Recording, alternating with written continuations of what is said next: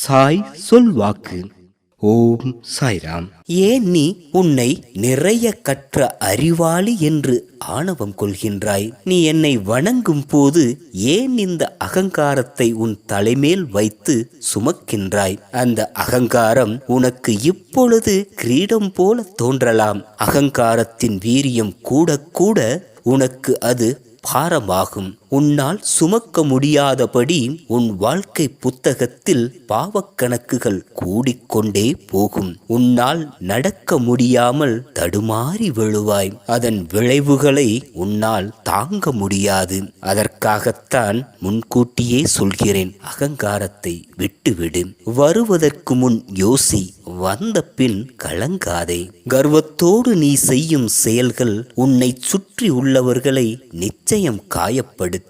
உன்னால் மற்றவர்கள் மனது காயப்படலாமா? அகங்காரம் அணைகின்ற விளக்கு பிரகாசமாய் சுடர் விடுவதைப் போல சட்டென்று அணைந்துவிடும். அப்பொழுது அனைத்தும் உனக்கு இருளாகும். உன் அறிவு, படிப்பு, திறமை ஏதோ ஓர் இடத்தில் தோற்று பயனற்று போகும்போது நீ வருத்தப்படுவாய். அங்கு நான் தான் உன்னை காக்க வேண்டும். அதனால் தான் சொல்கிறேன், உன் அகங்காரத்தை என் பாதத்தில் சமர்ப்பித்து விடு. ஏனென்றால் இது உன் சாய் சொல் வாக்கு. இந்த சாய் சொல்லின் வாக்கு நிச்சயம் பலிக்கும். ஜெய் சாய்ராம்.